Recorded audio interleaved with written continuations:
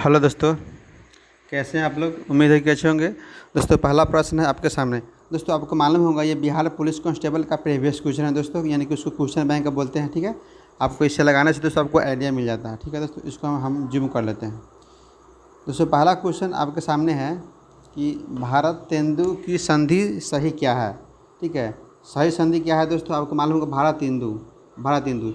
दोस्तों, ये गुण स्वर है। क्या है दोस्तों, गुण स्वर। याद रखिएगा दोस्तों, भारत तेंदु। दोस्तों, इसको हीजे कीजिएगा ना, बार बार पढ़िएगा तो आपको कुछ आइडिया मिलेगा। समझिए दोस्तों, एक लगा दो नाम का ही एक नाम है, भारत और इंदु, भारत तेंदु। ठीक है दोस्तों, गुण संधि है, गुण स्वर संधि कह सकते हैं। नेक्स्ट क्या है दोस्तों, नेक्स्ट है दोस्तों सज्जन। सज्जन का विपरीतार्थक शब्द क्या होता है दोस्तों, सज्जन का। दोस्तों, यानी कि उल्टा पूछ रहा है दोस्तों। सज्जन का आपको हो जाएगा दोस्तों, देख लीजिए क्या होगा दोस्तों। सज्जन का दोस्तों हो जाएगा दुर्जन। क्या हो जाएगा दोस्तों, दुर्जन। सज्जन को हो जाएगा दोस्तों दुर्जन। याद रखिएगा, दुर्जन। दोस्तों, बात करें सज्जन का तो दुर्जन हो जाएगा। और नेक्स्ट है दोस्तों कि जातिवाचक संज्ञा से भाववाचक संज्ञा के निर्माण का सही क्रम क्या है। सही क्रम नहीं है दोस्तों, उदाहरण क्या है दोस्तों, सॉरी। जातिवाचक संज्ञा से भाववाचक संज्ञा, यानी कि कॉमन। देखिए दोस्तों, अब्स्ट्रैक्ट। चलिए दोस्तों, आपको है जातिवाचक संज्ञा से भाववाचक संज्ञा। तो दोस्तों, आपको मालूम है कि उसका कुछ, जैसे कि चाइल्ड के चाइल्डहुड बोलते हैं इंग्लिश में, उसी तरह दोस्तों अगर बात करें तो लड़का का लड़कपन बोल सकते हैं। ये भाववाचक का उदाहरण है दोस्तों, लड़का का लड़कपन। ऑप्शन नंबर दोस्तों सी है, याद रखिएगा दोस्तों। इससे संबंधित दोस्तों हम वीडियो बना के लेके आएंगे, तब तक आप इसको पढ़िए, रीड कीजिए और ध्यानपूर्वक देखिए दोस्तों, कुछ आइडिया मिलेगा। उसके बाद में हर टाइप का कुछ लेके आएंगे, ताकि मेरे अकॉर्डिंग क्वेश्चन सिलेक्शन रहेगा दोस्तों। इसको रीड कीजिएगा। चलिए नेक्स्ट देखते हैं दोस्तों। नेक्स्ट है कि निम्न में से आरंभ बोधक संयुक्त क्रिया कौन सी है। वह रोने लगा दोस्तों। क्या है, वह रोने लगा। याद रखिएगा, जो शुरू हो रहा है वह रोने लगा। नेक्स्ट है दोस्तों, तुम्हारा विश्वास मैं नहीं करूँगा तो कौन करेगा। इसमें दोस्तों स्वरनाम है, खोज रहा है, पर्सनल प्रोनाउन जिसको बोलते हैं दोस्तों हम लोग। जैसे कि इंग्लिश से पढ़ रहे होइएगा दोस्तों, आपको मालूम होगा दोस्तों, इंग्लिश में पढ़े होइएगा। एक मिनट दोस्तों, कि हु, जिसकी आई मिस मैं होता है, हु मिस कौन होता है ना। ये सब क्या है दोस्तों, आपको स्वरनाम एक सब एज ए सब्जेक्ट के रूप में दोस्तों प्रयोग होता है। ठीक है, इसमें लिखा हुआ है दोस्तों, तुम्हारा विश्वास मैं नहीं करूँगा, तुम्हारा विश्वास मैं नहीं करूँगा, इस टाइप का प्रश्न दोस्तों। यहाँ आपको देखना है कि तुम्हारा क्या लिखा है दोस्तों, तुम्हारा, तुम्हारा विश्वास, ये दोस्तों स्वरनाम है तुम्हारा। और मैं नहीं करूँगा, तो मैं कौन करेगा। ठीक है दोस्तों, इसमें 3 है दोस्तों, कुल कितना है दोस्तों, 3 है दोस्तों। आपको मालूम होगा, आप पढ़ रहिएगा, प्लेस ऑफ नाउन यानी कि नाउन के बदले में आता है। ठीक है, जैसे कि आप, जैसे कि ही, जैसे कि राम इज गुड बॉय, तो ही इज इंटेलिजेंट, वो अच्छा लड़का है, या राम के लिए ही शब्द का प्रयोग हो गया। ठीक है, इस टाइप का। लड़की के लिए सी शब्द का प्रयोग हो गया। तो यहाँ दोस्तों आपको चुनना है, हिंदी में है तुम्हारा विश्वास मैं नहीं करूँगा तो कौन करेगा। तो दोस्तों इस प्रकार के हैं, आप देख लीजिए, तुम्हारा हो गया और मैं हो गया, कौन हो गया। ठीक है, इस प्रकार दोस्तों 3 ऑप्शन नंबर सी आंसर होगा दोस्तों। चलिए दोस्तों, बात करें हिंदी में मूल स्वरनाम की संख्या तो 11 है। हिंदी में मूल स्वरनाम की संख्या दोस्तों 11। चलिए नेक्स्ट है दोस्तों, जिस क्रिया का फल कर्ता पर पड़ता है उसे क्या कहते हैं दोस्तों, अकर्मक। दोस्तों आपको याद रखना है, इस टाइप का प्रश्न दोस्तों अक्सर पूछता है। अगर आप पढ़े होइएगा हिंदी व्याकरण तो आपको समझ में आ गया होगा। जिस क्रिया का फल कर्ता पड़ता हो, और जिस कर्ता पे यहाँ करा दोस्तों, अगर सब्जेक्ट पढ़े तो, अगर ऑब्जेक्ट पढ़े तो ये भी ध्यान देना पड़ता है दोस्तों। जिस क्रिया का फल अगर कर्ता का पड़े तो कर्मक, और जिस क्रिया का फल अगर कर्ता का छोड़कर कर्म पड़े, ठीक है दोस्तों, तो सकर्मक। तो कर्ता पर पड़े तो दोस्तों ध्यान दीजिएगा, कर्ता पे पड़े तो अकर्मक, और कर्ता पर ना पड़े, कर्म पे पड़े तो सकर्मक। याद रखिएगा दोस्तों, सीधे दोस्तों आपको लिखना है, याद रखना है कि जिस क्रिया का फल कर्ता पर पड़ता है तो अकर्मक, जिस क्रिया का फल कर्ता को छोड़ करके कर्म पड़े तो सकर्मक। याद रखिएगा, कर्ता वाला अकर्मक, कर्म वाला सकर्मक। याद रखिएगा दोस्तों। नेक्स्ट क्या है दोस्तों, नेक्स्ट है आपका, नेक्स्ट है निम्नलिखित में से कौन प्रश्नार्थ निपात है। दोस्तों यानी कि क्वेश्चन कर रहा है, यानी कि एक लगा से दोस्तों आप इंग्लिश में WH वर्ड, क्या बोलते हैं दोस्तों, WH वर्ड, ठीक है, WH वर्ड, जैसे कि हु हो गया, हुम हो गया, विच हो गया, इसे दोस्तों इन विच हो गया, वाई हो गया, हाउ हो गया, WH वर्ड बोलते हैं दोस्तों। इसका WH फैमिली में जो आता है इसको हम बोल सकते हैं। तो क्या, इसमें क्या है दोस्तों, क्या लिखा हुआ है कि क्या जो है ना आपका एक प्रश्नार्थक निपात है, इसको हम क्वेश्चन मार्क जैसे कि डिनोट करते हैं, ठीक है दोस्तों, याद रखिएगा। तो निम्नलिखित में से प्रश्नार्थक निपात कौन सा दोस्तों, क्या है, ठीक है दोस्तों, याद रखिएगा क्या है। चलिए नेक्स्ट देखते हैं दोस्तों, नेक्स्ट क्या है, नेक्स्ट है कि दोस्तों संकेतवाचक अवयव का वाक्य क्या है, संकेतवाचक अवयव क्या है। तो दोस्तों हाय, ये क्या हो गया दोस्तों, ये नहीं है, राम और श्याम जा रहा है, ये भी नहीं है। हाँ दोस्तों ये है ऑप्शन नंबर, आप ए को देखिए, ए को, ये कह रहा है दोस्तों कि यह गिलास आधा भरा है, यह गिलास आधा भरा है, यानी कि यह आपको एक संकेतवाचक अवयव है दोस्तों। चलिए नेक्स्ट देखते हैं दोस्तों, याद रखिएगा। किसी वर्ड में हलंत का प्रयोग किया जाता है दोस्तों, आपको मालूम होगा, जैसे क में हलंत लगा दिए, म में हलंत लगा दिए दोस्तों। जैसे के से क आप बोलते हैं ना दोस्तों, के से क बोलते हैं ना दोस्तों, के से क, किसी किसी बुक में के से क भी देखे होइएगा। तो दोस्तों क का अगर बात करें दोस्तों तो के ए से क होता है, लेकिन हम लोग अक्सर देखते हैं कि किसी किसी बुक में या हम लोग पढ़ते भी हैं, क्या होता है, के से क, के से क। अगर मान लें दोस्तों के से क होता है तो कमल का क्या हो जाएगा, तो KML हो जाएगा। ये गलत है कि नहीं गलत है, गलत है। तो दोस्तों इसलिए हलंत अगर दिया हुआ हो तो समझिए क पूरा नहीं है, या म पर दिया हुआ किसी पर दिया हुआ हो तो नहीं पूरा होता है। तो कमल का स्पेलिंग हम लोग क्या लिखते हैं, KAML, तो यानी कि हिंदी का एक अक्षर तो अंग्रेजी का 2 अक्षर, समझिए। तो ठीक है दोस्तों, आप इस मेरी बात को समझिए क्या कहना चाह रहे हैं। चलिए आगे देखते हैं, आप ग्रामर पढ़े होइएगा या हिंदी व्याकरण अच्छा से तो समझ में आ गया होगा। चलिए नेक्स्ट, सॉरी दोस्तों, तो किसी वर्ड में हलंत का प्रयोग किया जाता है, ऑप्शन नंबर बता दीजिए दोस्तों, न का डी हो जाएगा, न का डी, यानी कि वर्ण को बिना स्वर से प्रयोग करने के लिए, ठीक है, वर्ण को बिना स्वर से, जैसे क, जैसे क पूरा अगर लिखते हैं दोस्तों तो क, इसकी च आ रहा है, साउंड सेंस आ रहा है दोस्तों प्रोनाउंसिएशन में, अ क च, इसलिए दोस्तों इसको आप ध्यान दीजिएगा कि अ यानी कि स्वर का प्रयोग ना हो। तो यानी कि हलंत का प्रयोग वहाँ किया जाता है जहाँ स्वर का प्रयोग ना हो बोलने पर। क्लियर। नेक्स्ट 9 का डी होगा दोस्तों, स्वरनाम और स्वर्णामिका, स्वरनाम और स्वर्णामिका विशेषण का वाक्य है, क्या है दोस्तों, जो स्वरनाम और स्वर्णामिका, जैसे कि यह पुस्तक मेरी है, बोलते हैं ना, यह पुस्तक मेरी है, यहाँ पर लिखा हुआ है दोस्तों, यह पुस्तक मेरी है, ये स्वरनाम है। जिसके माइंड दिस इज, यह पुस्तक मेरी, दिस इज माइंड बोलेंगे ना दोस्तों, sorry this book is mind, sorry this book is mind बोलेंगे दोस्तों, यह पुस्तक मेरी है तो दिस बुक इज माइंड बोलेंगे दोस्तों, दिस बुक इज माइंड बोलेंगे दोस्तों, बोलेंगे ना, बोलेंगे ना। कोमा सॉरी एंड है तो एंड दे देंगे, और है इनकी तुम्हारी है, यह पुस्तक मेरी और वह तुम्हारी है, वह तुम्हारी, यानी कि दैट इज योर्स, बोलेंगे ना, वह दैट इज योर्स। तो दोस्तों बात करिए यहाँ 2 है, स्वरनाम और स्वर्णामिका दोस्तों यहाँ दिया हुआ है, अब क्या देखिएगा, जैसे कि यह पुस्तक मेरी है और वह तुम्हारी हो, तुम्हारी है, तो इसमें दोस्तों ए हो जाएगा। स्वर और स्वरनाम और स्वर्णामिका किस में दिया है दोस्तों, ऑप्शन नंबर ए में दिया हुआ है दोस्तों, याद रखिएगा, ऑप्शन नंबर ए में दिया हुआ है, याद रखिएगा दोस्तों, ऑप्शन नंबर ए में दिया हुआ है। जैसे कि मैं तुम्हारा हो तुम मेरी हो, आप अक्सर सुनते होगा दोस्तों, अक्सर सुनते नहीं होइएगा, समझ रहे हैं कहाँ सुनते होइएगा, तुम मेरी हो मैं तुम्हारा हूँ, मैं तुम्हारा तुम मेरी हो, है ना। तो याद रखिएगा दोस्तों, यह पुस्तक मेरी है और तुम्हारी नहीं, याद रखिएगा दोस्तों। तो इस प्रकार आप समझ सकते हो दोस्तों स्वरनाम और स्वर्णामिका। चलिए दोस्तों, अक्सर हम लोग सोचते हैं कि स्वरनाम शब्द का प्रयोग किसी संज्ञा से पहले प्रयोग होकर, है ना, उस संज्ञा की विशेषता के बारे में बतलाता है, ये भी सही है दोस्तों, याद रखिएगा। चलिए आगे देखते हैं, नीलकंठ, इसके बारे में आप लोग अवगत होंगे दोस्तों।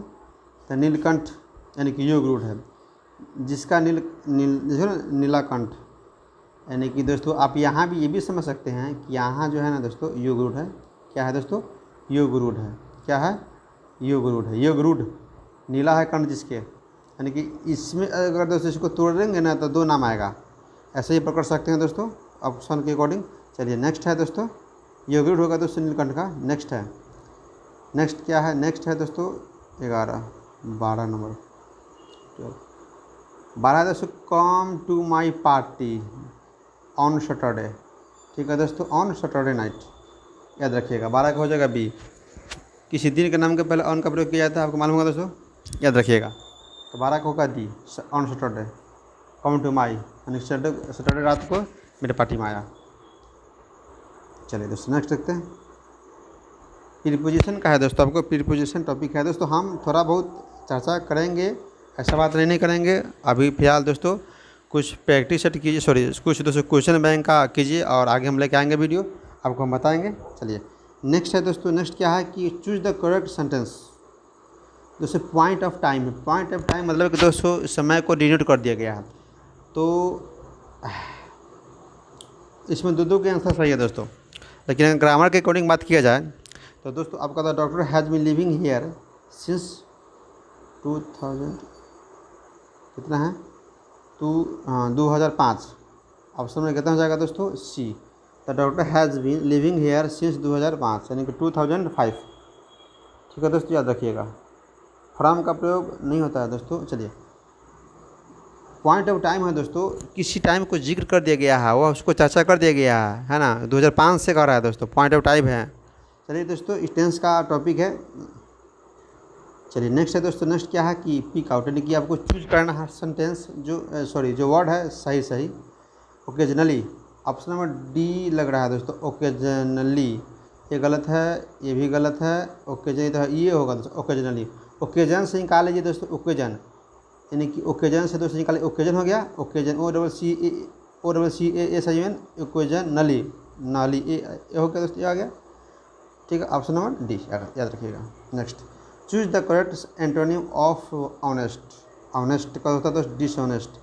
देखिए दोस्तों कन्फ्यूज करने के लिए यहाँ भी दिया हुआ है, यहाँ भी दिया हुआ है, तो क्या हो जाएगा दोस्तों? आपका आंसर डिसऑनेस्ट हो जाएगा, ऑप्शन नंबर सी, 15 का सी। ठीक है, एंटोनिम होता है दोस्तों सानेंटो, जिसको बोलते हैं विपरीतार्थक बोलते हैं दोस्तों। चलिए दोस्तों कुछ खास इंग्लिश में नहीं रहता है दोस्तों, मैथ में थोड़ा ठीक ठाक रहता है और हिंदी में भी। चलिए नेक्स्ट देखते हैं दोस्तों, मैथ्स का दोस्तों कुछ ना बाद में देखेंगे हम लोग। चलिए एक साथ वीडियो में लेकर आ जाएंगे दोस्तों। 22 है, आइए 23 नंबर देखते हैं। 23 नंबर भी मैथ्स है दोस्तों। आपका 26 नंबर है। 26 नंबर क्या कर रहा है प्रश्न? 26 नंबर प्रश्न दोस्तों ऐसा है आपका कि 1946 में उद्देश्य संबंधी प्रस्ताव की रचना किसने की? देखिए दोस्तों, यानी कि उद्देश्य प्रस्ताव किसने लाया, ये भी प्रश्न पूछ सकता है। उद्देश्य प्रस्ताव किसने सर्वप्रथम रखा? ठीक है दोस्तों, कुछ प्रश्न का फॉर्मेट कुछ अलग है दोस्तों, इसलिए दोस्तों कन्फ्यूजन नहीं होना है। चलिए 26 का आंसर क्या हो जाएगा दोस्तों? Option number D, Pandit Jawaharlal Nehru ने दोस्तों उद्देश्य प्रस्ताव को रखा था। उद्देश्य प्रस्ताव में बाद में उद्देशिका बना गया दोस्तों, आपको मालूम होगा इनकी प्रस्तावना बाहर। देखिए दोस्तों, अगर बात करें प्रस्तावना के बारे में दोस्तों, तो अलग अलग विद्वानों ने अलग अलग बात कहा है। ठीक है, प्रस्तावना को लेकर कर। लेकिन दोस्तों अब बात करें पालिकी वाला, तो एक व्यक्ति है, विद्वान है, जो N.A. पालिकी वाला है, जिन्होंने कहा था कि संविधान जो है ना परिचय पत्र है। परिचय पत्र किसने कहा था दोस्तों? संविधान को परिचय पत्र किसने कहा था? N.A. पालिकी वाला ने कहा था दोस्तों, N.A. पालिकी वाला ने कहा था दोस्तों। आप इसको रिवीजन कीजिए, जो भी पॉइंट बता रहे हैं, अगर बुक है तो ठीक है, नहीं हो तो याद कीजिए दोस्तों। और हम वीडियो लेके आएंगे इसी पैटर्न पर दोस्तों, क्वेश्चन को हम कलेक्शन लेके आएंगे, ताकि दोस्तों प्रीवियस क्वेश्चन से कुछ आइडिया मिलता है, ताकि आप लोग भी पढ़िए। चलिए नेक्स्ट देखते हैं दोस्तों बात करें कुछ और पॉइंट के, तो दोस्तों आपको भीमराव अम्बेडकर के बारे में दोस्तों, जिनका जन्म महू में हुआ था, है ना, याद रखिएगा, मध्य प्रदेश के दोस्तों। ये संविधान के निर्माण में अहम योगदान दिए थे, इसके बारे में आप लोग अवगत होंगे बढ़िया से। ठीक है दोस्तों, और चलिए नेक्स्ट देखते हैं। नेक्स्ट क्या है दोस्तों? आपका माननीय डॉक्टर राजेंद्र प्रसाद बिहार से थे दोस्तों, और प्रथम राष्ट्रपति हुए थे। ठीक है, चलिए नेक्स्ट है दोस्तों। नेक्स्ट क्या है? नेक्स्ट है कि पृथक निर्वाचन पद्धति की शुरुआत निम्न से किसने की? दोस्तों आपको मालूम होगा, ये पृथक निर्वाचन पद्धति एगो 1909 आता है, एगो 1909 आता है दोस्तों, एगो 1919 आता है। ठीक है, इसके बारे में पूछ रहा है, पृथक निर्वाचन पद्धति। तो 27 के दोस्तों मार्ले मिंटो सुधार 1909 में आया था। तो मार्ले मिंटो सुधार दोस्तों जो आया था ना, उसी को बोला गया दोस्तों। इसी में जो चर्चा हुआ था 1909 में पृथक निर्वाचन शुरुआत की है दोस्तों। यहाँ से समझिए तो हिंदू मुस्लिम को तोड़ने की काम शुरू कर दिया गया था, है ना। अंग्रेज़ कहाँ है, अंग्रेज़ ने ही फूट डाला था दोस्तों, आपको मालूम होगा, है कि नहीं दोस्तों। स्टैंडर्ड बुक में आपको देखने को मिलेगा कि इन्होंने हम जैसे कि ऐसा, अब हम नाग के दांत बोल रहे हैं जिसका परिणाम आगे चल कर के बहुत दयनीय होगा, है ना। हम किसका, हम नाग के दांत बोल रहे हैं, दांत बोल रहे हैं, आगे चल के क्या होगा दोस्तों, नाग के दांत, इसका परिणाम बहुत खतरनाक होगा। इसके बारे में दोस्तों यानी कि यह अत्यंत विषैला होगा दोस्तों। क्या कि आपको मालूम है दोस्तों, इस अगर 1909 में मार्ले मिंटो सुधार के तहत दोस्तों अगर निर्वाचन पद्धति का अधिकार दे दिया गया अलग अलग पृथक निर्वाचन का दोस्तों, तो कहीं ना कहीं यहाँ से कुछ ना कुछ बात पॉइंट बनेगा दोस्तों, बनेगा। हिंदू मुस्लिम में थोड़ा बहुत भेदभाव होगा ही, और वो कहेगा कि मेरे में नहीं है, वो कहेगा मेरे में नहीं है। तो वो सारा कहानी है, इतना याद रखिएगा दोस्तों। मार्ले मिंटो आया था दोस्तों 1909 में ठीक है। चलिए दोस्तों आगे याद रखिएगा। आगे कि स्वतंत्रता या मृत्यु का नारा किसने दिया था दोस्तों। एक अमेरिकी सेना में दोस्तों एक व्यक्ति है जिनका नाम है वाशिंगटन साहब ने दोस्तों दिया था आपको स्वतंत्रता या मृत्यु का नारा, यानी कि अपने अमेरिकी स्वतंत्रता के दौरान अमेरिका जो स्वतंत्रता संग्राम हो चल रहा था दोस्तों, उसी समय में जॉर्ज वाशिंगटन ने दिया था मृत्यु का नारा या स्वतंत्रता का नारा। ठीक है दोस्तों, याद रखिएगा। अच्छा क्वेश्चन था, बहुत ही अच्छा क्वेश्चन है दोस्तों। बोस्टन बंदरगाह के बारे में दोस्तों बात की जाए तो बोस्टन बंदरगाह दोस्तों एक चाय से संबंधित, यानी कि ऑप्शन नंबर सी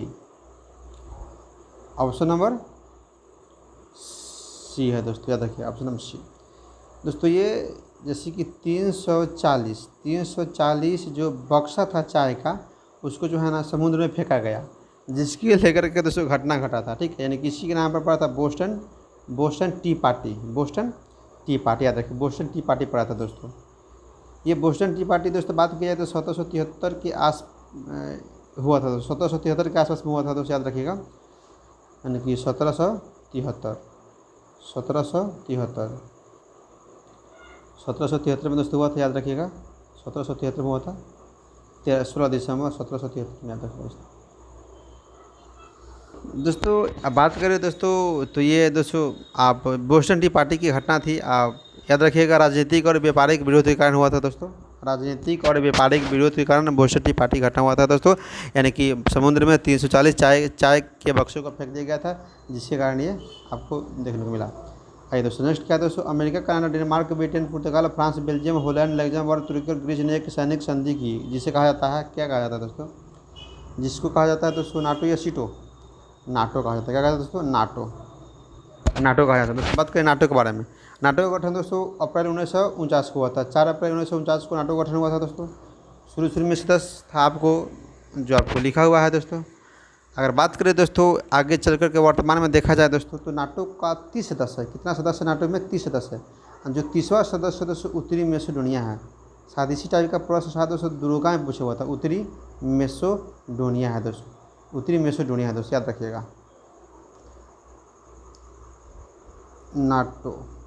नाटो का full form North Atlantic Treaty Organization होता है दोस्तों। ठीक है, या 30वां सदस्य क्या है, उत्तरी मैसेडोनिया। बात करें दोस्तों सीटो का, इसमें कन्फ्यूजन है दोस्तों आप लोगों को। तो देखिए सीटो की बात की जाए दोस्तों तो इसका फॉर्म होता है South East Asia Treaty Organization, SEATO का। इसकी SEATO South East Asia Treaty Organization, याद रखिएगा दोस्तों। इसमें 8 सदस्य थे, है ना, 8 सदस्य। सीटो का मुख्यालय दोस्तों थाईलैंड है या बैंकॉक है। ठीक है, अगर बात करें नाटो का मुख्यालय दोस्तों बेल्जियम, हाँ दोस्तों, बेल्जियम की राजधानी ब्रुसेल्स में दोस्तों स्थित है। यानी कि बेल्जियम या राजधानी या बोल दे या ब्रुसेल्स बोल दे दोस्तों। नाटो का मुख्यालय कहाँ है दोस्तों, ब्रुसेल्स। और सीटो का दोस्तों कहाँ है, तो आप याद रखिएगा दोस्तों। सीटो का बात करें दोस्तों मुख्यालय तो आपको थाईलैंड यानी कि बैंकॉक, थाईलैंड की राजधानी बैंकॉक में है। चलिए याद रखते हैं, 31 नंबर है ना, 31 है। राष्ट्रसंघ के अस्थायी सदस्य थे दोस्तों, राष्ट्रसंघ के अस्थायी सदस्य थे, पहले थे, अब ना है, कुछ है कुछ नहीं है। तो ऑप्शन नंबर बी हो जाएगा दोस्तों। फ्रांस ब्रिटेन इटली से जमान थे। एक अस्थायी होता है दोस्तों, अस्थायी होता है, याद रखिएगा दोस्तों, कार्य में FB। तो फ्रांस ब्रिटेन इटली और Japan, France Britain Italy Japan में दोस्तों अभी तो बात करें दोस्तों ब्रिटेन फ्रांस से, लेकिन इटली जापान नहीं है, अस्थायी सदस्य थे, अभी दोस्तों नहीं है, याद रखिएगा। तो इटली और जापान नहीं है ना, थे, अब याद रखिएगा शुरू में थे। चलिए अगर बात करें दोस्तों अस्थायी सदस्य के बारे में, अस्थायी सदस्य के बारे में दोस्तों बात की जाए तो आपका दोस्तों कार्य में FB, याद रखिए कार्य में FB। C से चाइना, A से अमेरिका, R से रूस, F से फ्रांस, B से ब्रिटेन, कार्य में FB। तो C से चाइना, A से अमेरिका, R से रूस, F से फ्रांस, B से ब्रिटेन। तो यही ट्रिक है दोस्तों अस्थायी सदस्य। तो अस्थायी सदस्य कितने हैं दोस्तों, याद रखिएगा 5, याद रखिएगा दोस्तों। बात करें दोस्तों UNO की स्थापना कब हुआ था, संयुक्त राष्ट्र का स्थापना दोस्तों हुआ था 24 अक्टूबर 1945 में हुआ था दोस्तों। तो अब बात करें कि संयुक्त राष्ट्र स्थापना दिवस कब मनाया जाता है, 24 अक्टूबर को मनाया जाता है। आइए 45 दोस्तों। आग्नेय शैल में निम्नलिखित कौन सा तत्व तो नहीं पाए जाते हैं दोस्तों, ये ज्योग्राफी का है दोस्तों। तो 31 के बाद में दोस्तों 32 आएगा, कुछ फास्ट में ले चलते हैं दोस्तों। 32 है कि प्रथम विश्व युद्ध का मुख्य कारण कहा था दोस्तों। इस टाइप का प्रश्न दोस्तों आपको युद्ध से पूछा हुआ था प्रोविजन ऑफिसर में, यानी कि मौद्य निषेध इंस्पेक्टर का एग्जाम हुआ था दोस्तों 16 तारीख को। चलिए आइए, प्रथम विश्व युद्ध का मुख्य कारण क्या था दोस्तों, आपको मालूम होगा कि त्रिपक्षीय संधि था। क्या था दोस्तों, त्रिपक्षीय संधि था, त्रिपक्षीय संधि था, याद रखिएगा दोस्तों, त्रिपक्षीय संधि था। बात करें दोस्तों मित्र राष्ट्र से, बात करें दोस्तों फ्रांस रूस ब्रिटेन था। मित्र राष्ट्र से कौन था दोस्तों, फ्रांस रूस ब्रिटेन था। प्रथम विश्व युद्ध दोस्तों 1914 से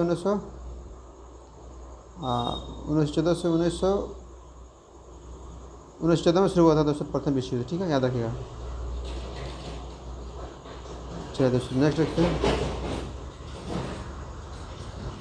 नेक्स्ट क्या है, नेक्स्ट प्रश्न दोस्तों पाषाण से है नहीं दोस्तों। धुरी राष्ट्र शायद प्रश्न पूछा हुआ था, सही से याद नहीं पड़ रहा। तो दोस्तों अगर हम बात की जाए कि धुरी राष्ट्र में कौन कौन है, तो धुरी राष्ट्र दोस्तों जर्मनी आता है, धुरी राष्ट्र में जर्मनी आता है दोस्तों, और आपको ऑस्ट्रिया हंगरी आता है दोस्तों। ऑस्ट्रिया हंगरी ऑटोमन ये सब साम्राज्य बुल्गारिया समझ आता है दोस्तों धुरी राष्ट्र में, याद रखिएगा दोस्तों। अब प्रथम विश्व युद्ध दोस्तों 1914 से 1918 हुआ था, याद रखिएगा। प्रथम विश्व युद्ध कब हुआ था दोस्तों, प्रथम विश्व युद्ध 1914 से 1918 हुआ था दोस्तों। त्रिपक्षीय पूछ रहा है ना दोस्तों, प्रथम विश्व युद्ध का मुख्य कारण क्या था, तो त्रिपक्षीय संधि हुआ था। नेक्स्ट क्या है दोस्तों, नेक्स्ट है कि पाषाण युग में काटने के लिए समानता प्रयुक्त उपकरण को गड़ासा, कुल्हाड़ी, चाकू, कैंची कहा जाता है। क्या कहता था दोस्तों, गड़ासा कहा जाता था, गड़ासा नहीं कि चौपट। चलिए याद रखिएगा दोस्तों गड़ासा। गुप्त काल के लिए प्रसिद्ध गणितज्ञ तो आर्यभट्ट थे दोस्तों। क्या था दोस्तों, आर्यभट्ट। गुप्त काल के लिए आर्यभट्ट की पुस्तक है दोस्तों आर्यभट्टियम सूर्य सिद्धांत, ठीक है, याद रखिएगा दोस्तों। अमरकोश की रचना किसने की थी, विशाखदत्त ने। अमरकोश की रचना अमरकोश ने किया था दोस्तों, अमरकोश की रचना अमरकोश ने किया था, ठीक है। आर्यभट्ट दोस्तों गणितज्ञ थे, खगोलज्ञ थे। बराहमिहिर ने बृहद संहिता की रचना किया था। पंच सिद्धांतिका की रचना किया था बराहमिहिर ने, पंच सिद्धांतिका और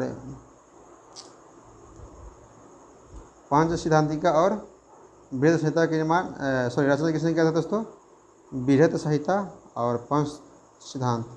बृहद संहिता के बारे में किसने किया दोस्तों, तो बराहमिहिर ने किया था। चलिए नेक्स्ट है दोस्तों, अलाइ दरवाज़ा किसके शासन काल में बना था दोस्तों, अलाउद्दीन खिलजी। 35 के सी दोस्तों, अलाउद्दीन खिलजी, ठीक है दोस्तों। इसको हजार खंबा वाला महल भी कहा जाता है। हजार खंबा वाला महल के बारे में किसने कहा था दोस्तों, अलाइ दरवाज़ा ने। यानी कि हजार खंबा वाला महल के लिए प्रसिद्ध है अलाउद्दीन खिलजी ने। तो हजार खंबा वाला महल का निर्माण किसने कहा था दोस्तों, अलाउद्दीन खिलजी ने। आप फिर पूछते हैं दोस्तों द्वितीय सिकंदर के नाम से चाहे सिकंदर ए सानी अलाउद्दीन खिलजी को द्वितीय सिकंदर यानी कि द्वितीय सिकंदर किसे कहा जाता है दोस्तों, अलाउद्दीन खिलजी को, याद रखिए दोस्तों। घराई चौराई किसने लगाया था, अलाउद्दीन खिलजी ने लगाया था दोस्तों, ठीक है। दीवान मुश्तराज नाविक विभाग की स्थापना किसने किया था दोस्तों? दीवान ए मुश्त खराज। दीवान ए मुश्त खराज की बात करें दोस्तों, मुश्त खराज, दीवान ए मुश्त खराज के दोस्तों बारे में बात की जाए, मुश्त खराज के बारे में बात की जाए दोस्तों, दीवान ए मुश्त खराज के बारे में बात की जाए दोस्तों, अलाउद्दीन खिलजी। याद रखिए दोस्तों, राजा राम मोहन राय के द्वारा चलाया गया सुधार आंदोलन क्या था? ब्राह्मण समाज था दोस्तों, ऑप्शन नंबर डी। क्या था दोस्तों? ब्राह्मण समाज था, राजा राम मोहन द्वारा। दोस्तों बात करें लॉर्ड विलियम बेंटिक के तहत इसको अंत किया गया था दोस्तों सती प्रथा का भी राजा राम मोहन के प्रयास से। तो लॉर्ड विलियम बेंटिक के साथ राजा राम मोहन ने, यानी कि राजा राम मोहन के प्रयास से लॉर्ड विलियम बेंटिक ने सती प्रथा को अंत किया था। याद रखिएगा दोस्तों। तो सती प्रथा को अंत किसने किया था दोस्तों? तो लॉर्ड विलियम बेंटिक ने 1817 का था। याद रखिएगा दोस्तों। दोस्तों राजा राम मोहन को दोस्तों आधुनिक मानव कहा जाता है। आधुनिक काल के मानव, आधुनिक भारत के नेता कहा जाता है। आधुनिक भारत का प्रथम नेता राजा राम मोहन राय कहा जाता है दोस्तों। आधुनिक भारत का प्रथम नेता राजा राम मोहन राय को कहा जाता है, तो याद रखिएगा। अब बात करें दोस्तों भारत का पैगंबर, यानी कि भारत का पैगंबर की दोस्तों बात की जाए, भारत का पैगंबर किसे कहा जाता है दोस्तों? भारत का पैगंबर, तो पैगंबर दोस्तों राजा राम मोहन राय कहा जाता है। ठीक है, नेक्स्ट पॉइंट दोस्तों। नेक्स्ट पॉइंट है दोस्तों कि नवजागरण का अग्रदूत या पुनर्जागरण का जनक किसे कहा जाता है? नवजागरण या पुनर्जागरण किसे कहता है? नवजागरण या पुनर्जागरण का दोस्तों जनक किसे कहा जाता है दोस्तों? आपको राजा राम मोहन राय का दोस्तों, राजा राम मोहन राय का दोस्तों, याद रखिएगा। ये प्रश्न दोस्तों पूछता है हर एग्जाम में। थियोसॉफिकल सोसाइटी की स्थापना दोस्तों किसने किया था दोस्तों? मैडम वालास्की ने किया था, डी है ना। 1875 में किया था दोस्तों। और दोस्तों एक तो 1875 में हुआ था और एक हुआ था दोस्तों 1882 में। ठीक है, तो न्यूयॉर्क में हुआ था, 1875 में हुआ था न्यूयॉर्क में दोस्तों। तो इसमें वलातस्की और कर्नल ऑलकॉट ने किया था मिलकर के। अगर बात की दोस्तों 1882 में हुआ था दोस्तों, तो यानी कि थियोसॉफिकल सोसाइटी के अंतर्राष्ट्रीय एजेंसी का स्थापना हुआ था दोस्तों। तो 1882 में हुआ था मद्रास में। अंतर्राष्ट्रीय कार्यालय खोला गया था दोस्तों, स्थापना नहीं हुआ था। 1916 में होम रूल लीग का गठन किया था दोस्तों एनी बेसेंट ने दोस्तों होम रूल लीग का गठन किया था 1916 में दोस्तों। कांग्रेस दोस्तों, अब 3 महिला ऐसी है जो कांग्रेस का अधिवेशन में भाग लिया था। चलिए दोस्तों, गदर पार्टी की स्थापना किसने की थी दोस्तों? तो गदर पार्टी की स्थापना दोस्तों किसने की थी? तो आपको मालूम होगा। गदर पार्टी की स्थापना कहाँ हुई थी? जगह का नाम बता रहा है दोस्तों। तो आपको गदर पार्टी की स्थापना दोस्तों कनाडा यूएसए में हुआ था दोस्तों। आपको मालूम होगा कि लाला हरदयाल के नेतृत्व में हुआ था दोस्तों गदर पार्टी की स्थापना, जो सैन फ्रांसिस्को में हुआ था। तो लाला हरदयाल की अध्यक्षता में दोस्तों हुआ था, नेतृत्व में हुआ था दोस्तों गदर पार्टी की स्थापना कनाडा यूएसए। ठीक है दोस्तों। और बात करें दोस्तों, चलिए नेक्स्ट देखते दोस्तों, एक गदर पत्रिका भी है दोस्तों जो उर्दू में छापा गया था। चलिए नेक्स्ट है दोस्तों, महात्मा गांधी ने भारतवर्ष पर पहला सत्याग्रह कब किया, कहाँ से किया? चंपारण से किया दोस्तों। अगर बात करें भारत में तो चंपारण में आती है, विदेश अन्य विश्व में तो दोस्तों तो दक्षिण अफ्रीका में किए थे। तो 1917 में दोस्तों चंपारण दोनों, यानी कि तीन कठिया का लेकर किए थे दोस्तों। 3 कठिया मतलब कि 3/20, यानी कि 20 काठा पर 3 काठा अंग्रेज जो है ना नील की खेती करना शुरू किया था दोस्तों। औपनिवेशी काल पर रहेगा ना दोस्तों, तो औपनिवेशी काल में कैसे अंग्रेज ने शोषण करना शुरू कर दिया था, है ना। कैसा दोहन किया था, कच्चे माल को अपने भारत से लेकर के अपने देश में भेजता था और उसी को मॉडिफाई करके अपने देश में महंगे दाम पर बेचा करता था। ठीक है दोस्तों, याद रखिएगा। तो महात्मा गांधी ने भारतवर्ष से पहला सत्याग्रह कहाँ पर किया दोस्तों? चंपारण में। अगर विदेश में तो दक्षिण अफ्रीका। ठीक है। तो अहमदाबाद मिल मजदूर दोस्तों हुआ था 1918 में, याद रखिएगा। इसका भी गांधी जी चाहे खेरा आंदोलन हुआ दोस्तों। दुर्गा मिश्रा का प्रश्न पूछा हुआ दोस्तों, खेरा आंदोलन, चंपारण सत्याग्रह और अहमदाबाद मिल मजदूर। ठीक है। नेक्स्ट, अशोक आंदोलन कब हुआ था दोस्तों? 1920 से 1922। ठीक है, अशोक आंदोलन कब शुरू हुआ था दोस्तों? अशोक आंदोलन दोस्तों 1920 में शुरू हुआ था, याद रखिएगा। नेक्स्ट, इक्वाडोर, एक मिनट दोस्तों, इक्वाडोर का चिम्बराव ज्वालामुखी निम्न से किस श्रेणी में आता है दोस्तों? इक्वाडोर दोस्तों आता है दोस्तों आपको शांत में आता है दोस्तों। शांत में किस में आता है दोस्तों? शांत में आता है। इक्वाडोर का जो चिम्बराव ज्वालामुखी है, चिम्बराव ज्वालामुखी किस श्रेणी में आता है? शांत में आता है। ठीक है, शांति में आता है, तो याद रखिएगा, शांति में आता है इक्वाडोर का। दोस्तों बात करें सक्रिय कहने का मतलब हुआ दोस्तों जो कहीं भी फटते रहता है। इसकी स्ट्राम्बोली हो गया, सक्रिय है, स्ट्राम्बोली हो गया दोस्तों।